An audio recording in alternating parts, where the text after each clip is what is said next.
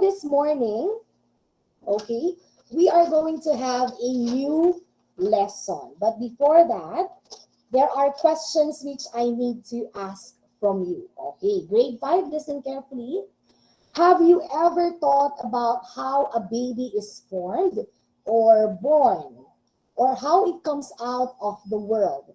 Now, in order for us to understand all of these questions, we are going to study the system which makes the female a child better. So in today's lesson, we are going to discuss about the human female reproductive system. And again, this is your teacher, Lady Roberts, and we are going to formally start our lesson this morning. So specifically, these are the objectives of our lesson, meaning to say that at the end of the lesson, grade 5, you are expected to, number 1, identify the female reproductive system and its major parts. Next, explain the function of each organ.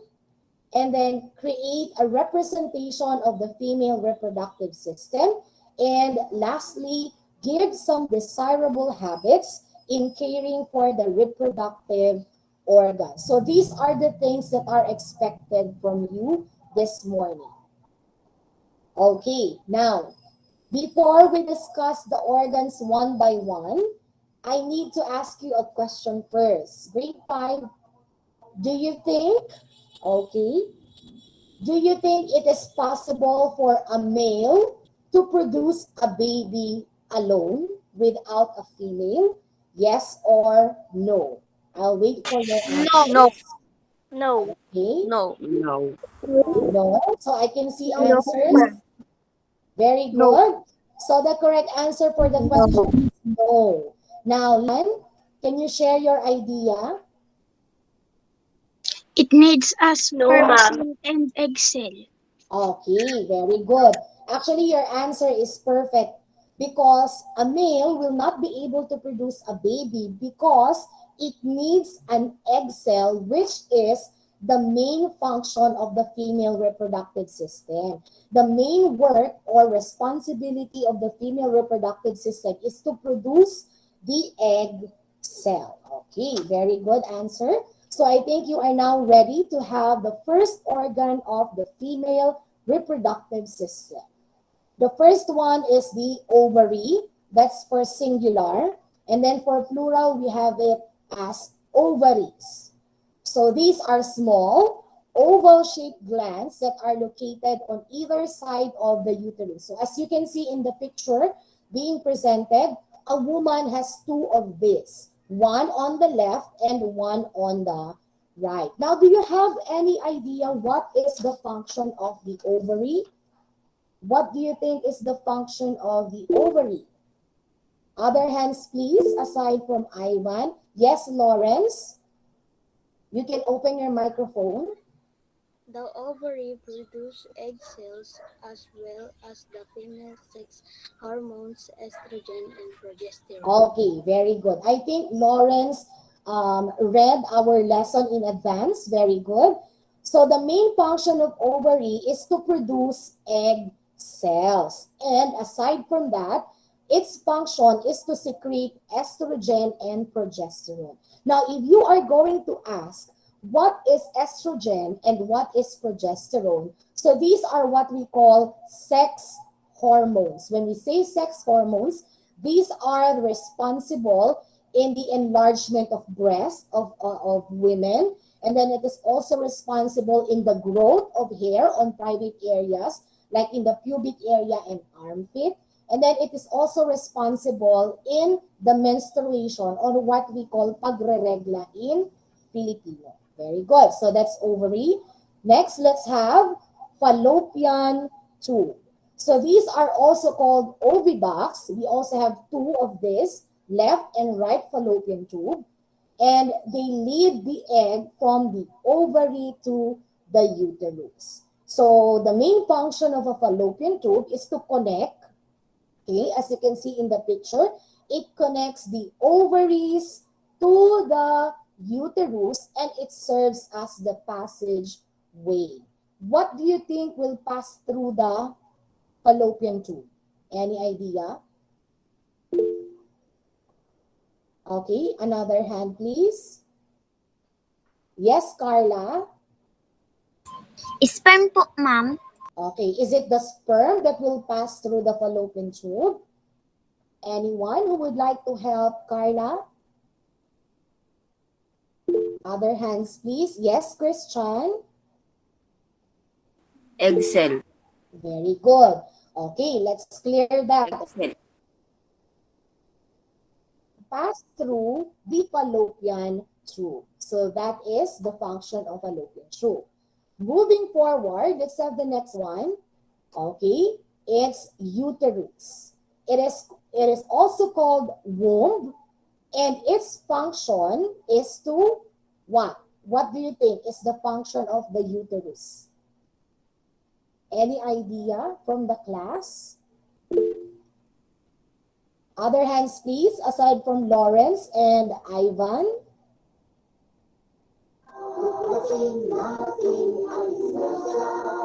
Okay. Other hands, please. What do you think is the main function of this part? So it is a hollow muscular organ which is located at the lower abdomen. What do you think is being taken care of inside the uterus? No other hands?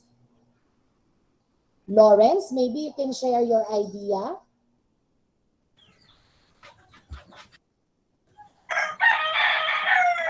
Ma'am, What I do you need think? help.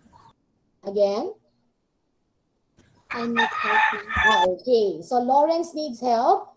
Ivan, I think you raised your hand a while ago. Can you help Lawrence? Its function is to nourish and house the fertilized egg until the unborn child is ready to be delivered. Okay, very good. So the function of the uterus is to nourish the developing fetus prior to birth, and it is where the baby grows. So from day 1 up to 9 months, which is the normal period of pregnancy, the baby grows inside the uterus. Do you have uterus, boys? No. Okay, you don't have, right? Okay, moving forward, let's have the next part. Cervix. It is the neck of the uterus and is located at the lower part of the uterus. It is a narrow opening between the uterus and the vagina. Now, I want you to concentrate on the picture being presented on your screens. If you will notice, the cervix is very narrow. But what's amazing about cervix is that it can expand up to 10 centimeters during childbirth. Okay? Could you imagine how painful it was when you were born? For those who were born via normal delivery. So you came out in the cervix of your mother. So from a narrow opening, it expanded as wide as your head when you were babies. Okay. And the last one is the vagina. Can anyone help me read? Rafael, will you please read all about vagina? Vagina, also called at the birth canal. The vagina is a hollow, muscular tube that extends from the cervix to the vaginal opening called vulva. Okay, very good. Thank you. So like what Rafael read, so it is the birth canal, okay? And also, like the function of the cervix, it expands. It becomes bigger to let the baby pass during a normal delivery. So for those of you who were born by a normal delivery, the cervix and the vagina of your mothers expanded just to let you out into this world. So these are the organs of the reproductive system. What are those again? Will you give the 5 organs? Aside from Lawrence and Ivan, let's have the first one. What's the first one? Yes, Rafael? Ovary. Ovary, very good. What's the next one? C and J? Uterus. Uterus. Okay, what else? Miko Traspe? Ovary. Very good. It was already mentioned. Althea? Fallopian tube. Very good. Fallopian tube. What else? Imar?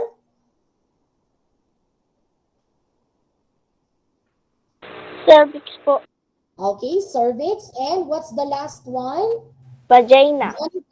Okay, I heard the correct answer. So those are the organs of the female reproductive system. Now, let us have a short game using the word wall. Okay. I guess at this time you can already see the presentation. Thumbs up. Yes, thank you very much. And we are going to start now. The first game is an anagram wherein you are going to arrange the letters to form the correct word. Let's start with the first one. Okay, you can open your microphones if you want to answer. Female. Okay. Very good. Let's see if the answer is correct. Female, ma'am. Okay. Female. Okay, very good. We got 12 points for the word female. Next, raise your hand. Listen, raise your hand. Fallopian tube. Fallopian tube. Okay, listen. Listen to our instruction. Use the raise hand tool if you want to answer. If you don't have the raise hand tool, you can type in your name in our chat box. Let us have Miko Traspe. What do you think is the correct answer? Fallopian tube. Okay, let's try if the answer is correct. Is it fallopian tube? Okay, what about the next word?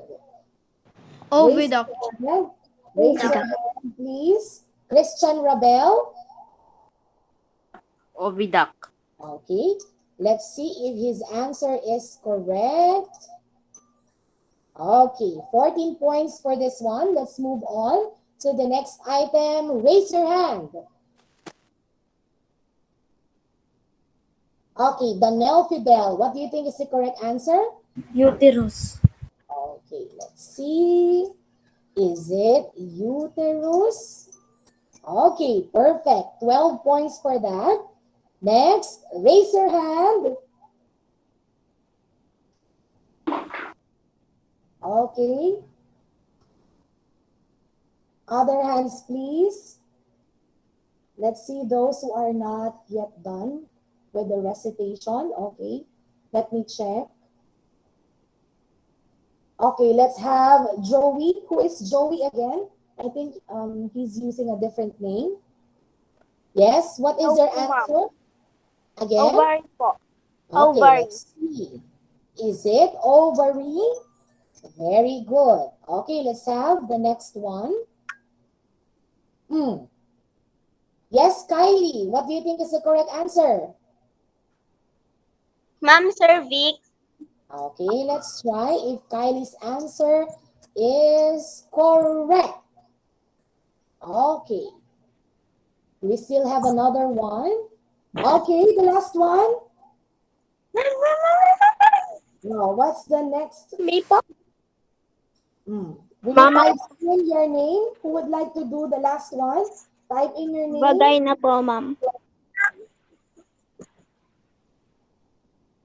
Vagina. Okay. Vagina po, ma'am. So let's see if the answer is correct. Okay, perfect. Let's see our scores. Did we get it? Okay, our score is 98 points. Okay, let's move on to the next activity. This time, we are going to label the diagram. Okay, so let's have the first circle. What do you think is the correct answer for this circle? The blank reproductive system. Female, ma'am. Okay. Then, and let's try. Okay. What's the next one? Type in your name using the chat box. Again, type in your name using our chat box. What do you think is the answer for the second circle? Okay, Althea, will you try this one? Female. No, this one, anak, the second circle. What do we call this part? Fallopian tube. Okay, let's Ma? see. Okay, what about the third one? Yes, Anna? Ma'am, female. We are done with female, anak. We are now moving on to the third circle. I want you to focus on your screen. What do we call this oval-shaped organs for the third circle? Ovary. Yes, Miguel? Mommy. Ovary. Let's have Miguel. Ovary po. Okay. So if you want to recite, anak, just type in your name on our chat box. Don't open your microphones unless you are told to do Ma'am, so. female. Okay? Use the chat box if you want to answer. Okay? No opening of mics. Okay? Let's proceed with the fourth circle. What do you think is this part? Christian Rabel. Cervix. Okay, let's see if it's cervix. What about the 1, 2, 3, 4, fifth circle? This part. What do you think is this part? Lawrence? Uterus. Okay, let's see if it's uterus. And for the last one, Imar. Vagina po. Okay, let's try and let's submit our answers. Okay, we got a perfect score for this one. Yan, 6 out of 6. So again, congratulations for doing a great job in our activity. Now let's go back to our lesson. And it's time for our activity. But before that, let's have a recap. Okay, let's have a recap. So these are the following responsibilities or functions of the female reproductive system. Okay, will you read the first one? Miguel? Produce egg cells. Okay, thank you very much. Number 2, Marcos, will you read the second one?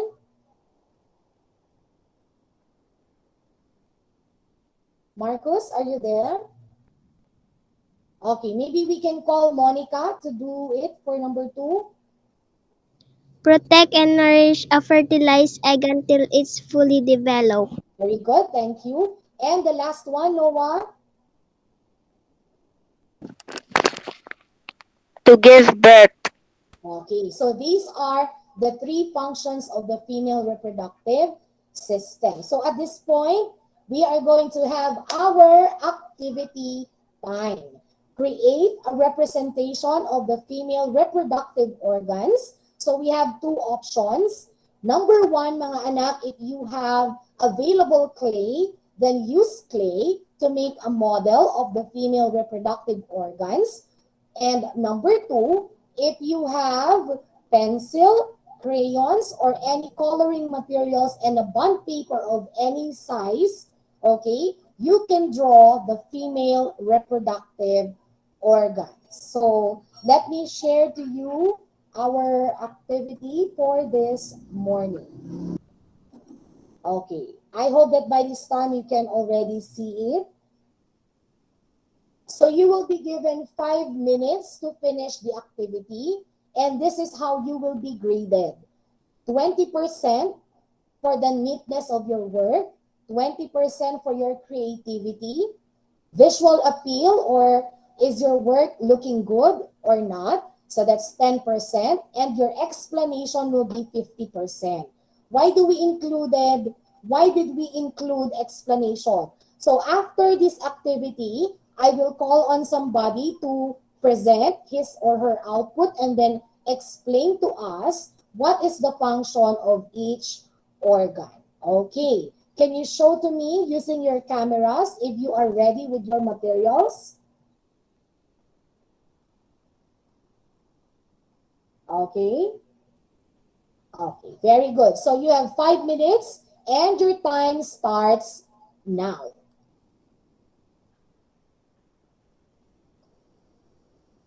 Sa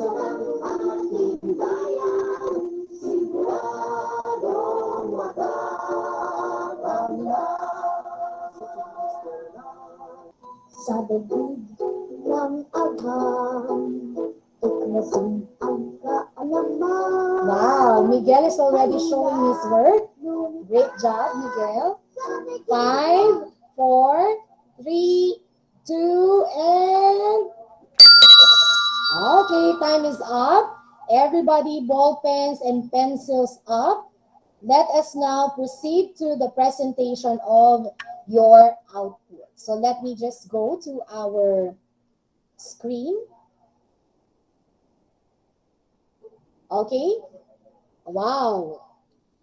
I can see beautiful drawings on my screen. Thank you very much. Thank you, Noah, for a great job. Okay. Anyone who would like to volunteer, just use the raise hand tool. Who would like to explain the function of each organ? Althea, Miguel. How about the others? Ivan. Okay. Ivan, can you show us your activity or your output? Very good. And can you tell us something about the different functions of those organs? The ovary produces the egg cells. This is Okay. the ovary. And Very this tube is called fallopian tube. It Mhm. leads the egg cells to the uterus. Very good. This is the uterus. Okay. This is where the implantation of the baby takes place. Very good. This is the cervix. Mhm. It enlarges to let the baby pass through during normal delivery. Okay, very good. And the last one? This is the vagina. This is where sperms are deposited by the male Sex organ. sex organ. Okay, very good. Virtual clap for Ivan. Congratulations for a job well done. Let's move on to, okay, Lawrence, do you want to share anything from us, to us rather? Okay, you can show your work to the camera. The uterus is hollow muscular organs located at the lower abdomen. It has soft, smooth inner lining called the uterine lining endometrium. Or the endometrium. This lining becomes thicker as the accumulates blood and nutrients to the unborn baby as that develops.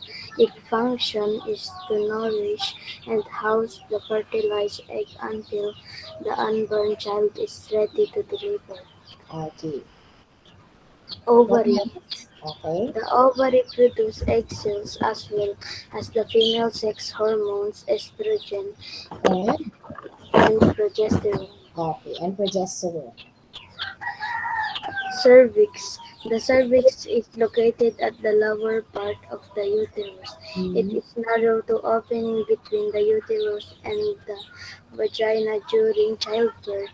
It expands to allow the passage of the baby. Okay, it opens or expands. What else? Fallopian tube lead the eggs from the ovary to uterus. This is also the usual site of fertilization of the egg cell and sperm cell. Female humans have two fallopian tubes, each connecting to the ovary to the inside of the uterus. The vagina. The vagina is a hollow muscular tube that extends from the cervix to the vaginal opening called vulva. Okay. Thank you, Lawrence. Another virtual clap for Lawrence for also giving his best in today's activity. Now, class, I won't be able to call all of you since we only have limited time, okay, for this class. So you can take a video while you are explaining that, and you can send it on our group chat for you to be graded. And then on the next submission of module, please attach Okay, include your drawings or your clay model. So again, congratulations. Now let us move on to the next part of our lesson, which is the quiz. Okay, I want you to get a short, or an extra sheet of paper. Any paper will do. So all you have to do is to match the organs from column A to the statements on column B. Okay, all you need to do is to write the letter of the correct answer. Okay, I'll give you 2 minutes to do that.